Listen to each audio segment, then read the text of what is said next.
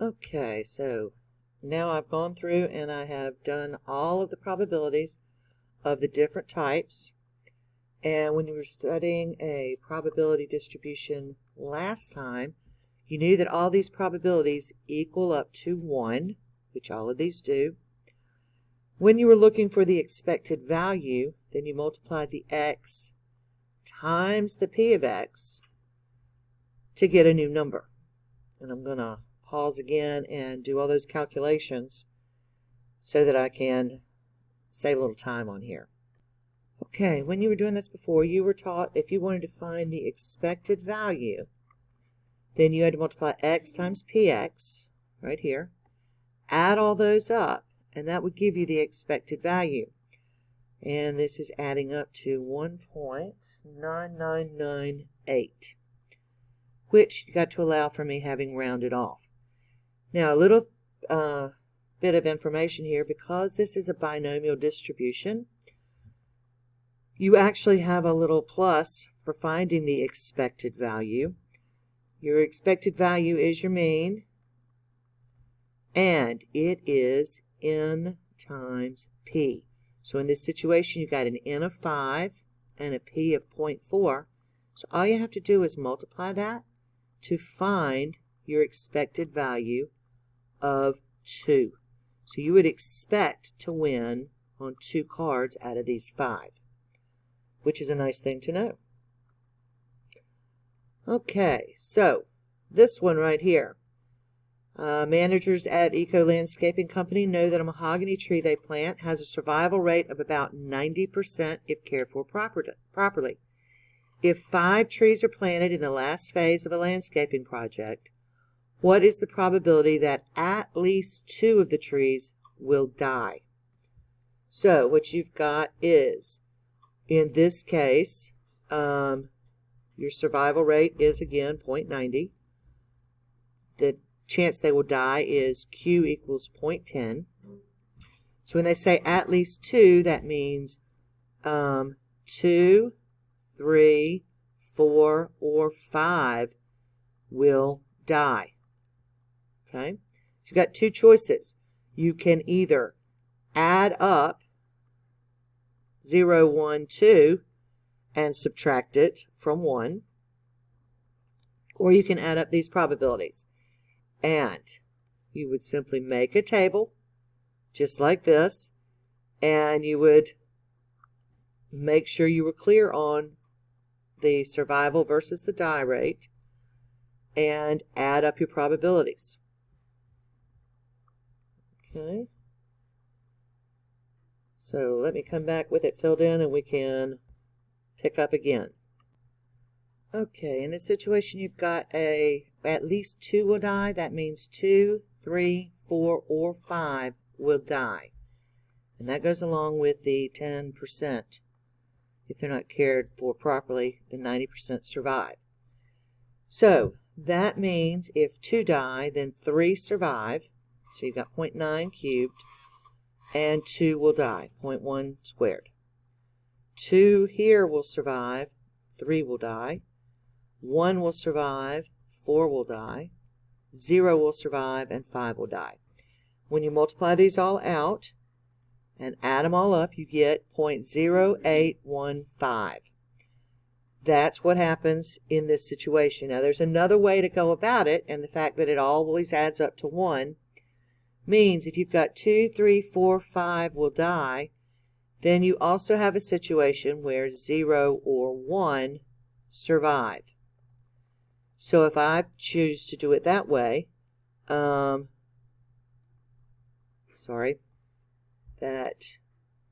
4 or 5 will die. 0 or 1 die is what I meant to say, which means that you've got 4 or 5 surviving. Okay? So 4 survive or 5 survive gives you the same thing, and when you subtract that from 1, you get 0.0814. That's due to my rounding off errors. So it ends up being exactly the same thing as you got up here. Okay, 0.0814.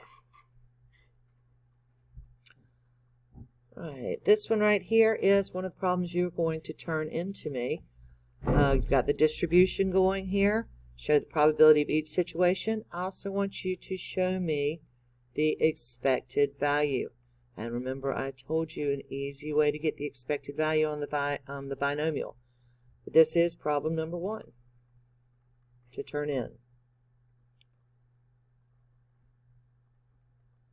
All right. Binomial distribution. The outcomes fit a binomial probability distribution. The random variable is the number of successes obtained in the n independent trials. The mean, mu, and variance for the binomial probability distribution are exactly like I told you, n times p, and variance is n times p times q. So that means the standard deviation is the square root of n times p times q. All right.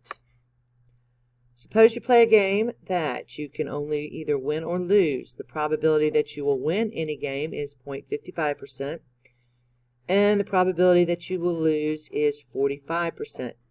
Each game you play is independent. If you play the game 20 times, write the function that describes the probability that you win 15 of the 20 times. Here, if you define x as the number of wins, then x takes on the values of 0. That's exactly what you'd write. X equals 0, 1, 2, all the way up to 20. The probability of success, your little p, is 0.55, and the probability of a failure, which is your q, is 0.45. The number of trials n is 20. The probability question can be stated mathematically as p of x equals 15. So that's what you're trying to find out.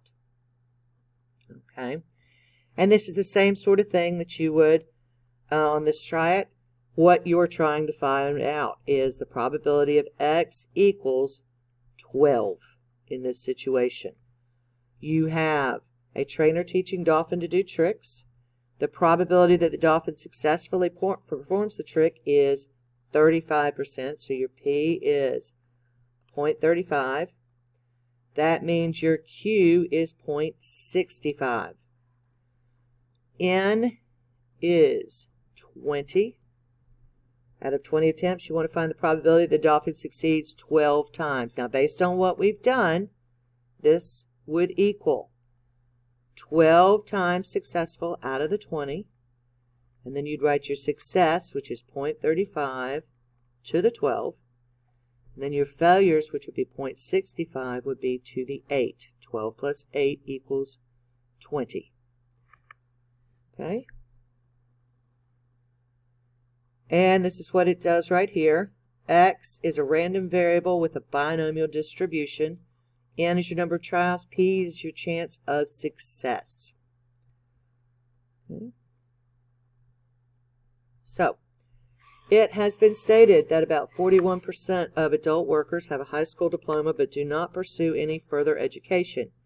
If 20 adult workers are randomly selected, find the probability that at most 12, that means 12 or less, have a high school diploma but do not pursue any further education. How many adult workers do you expect to have a high school diploma but do not pursue any further education? So here's how you start. X equals the number of workers who have a high school diploma but do not pursue any further education. X takes on the values 0 through 1 through 20, where n equals 20. Probability is 0.41, and the probability of failure is 0.59. So here you go, X tilde, B of 20 with 0.41.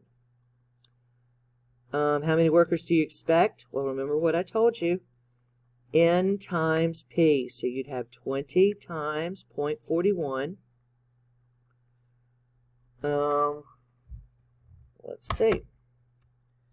20 times 0.41 is 8.2. Okay. Right here, the mean is 8.2. You can also add all of these up, just like we did it in the probability distribution earlier. It's a different one. Just like we did in the probability distribution earlier to get that 8.2. Okay. Your formula for the variance is n times p times q, which is right here, 2.2. All right. In 2013, Jerry's Artarama Art Supplies catalog, there are 560 pages. 8 of the pages feature signature artists. Suppose we randomly sample 100 pages. Let x equal the number of pages that feature signature artists. What values of x does x take on? Well, x takes on the values of 0 through 100. What is the probability distribution? It's a binomial, yes or no. Find the following probabilities. The probability that 2 pages feature signature artists, and the probability that at most 6 pages feature signature artists. The probability that more than 3 pages feature signature artists. Using the formulas, calculate the mean and the standard deviation. Okay, so here you go. The mean is n times p, 100 pages, times 8 over 560, gives you about 1.4286. That's your expected value of this. Your standard deviation is 1.186. Okay. So I put this in here, and you can count off all of your probabilities this way. 1 page, there's your probability. 2 pages, you can hit all of these points right here, and it will tell you exactly how many you've got. Okay, so here's what probability that more than 3 pages contain artwork. It's a lot less work to find the probabilities of 0 through 3 than to find the probabilities of 4 through 20. So that's going back to the one I was talking about earlier. Get back to it. Where I said we'd get this and then subtract it from 1. That's the same thing that we're going to be doing here. We're going to be finding the 0 through 3 and then subtracting it from 1. So I put it in Desmos, binomial distribution, and you find that on the functions, it adds up from 0 to 100 to 1. Add up my probabilities here, which gives me the 0.9444. Subtract them from 1, and 0.0556 is the probability that they are greater than 3. And we are running out of time.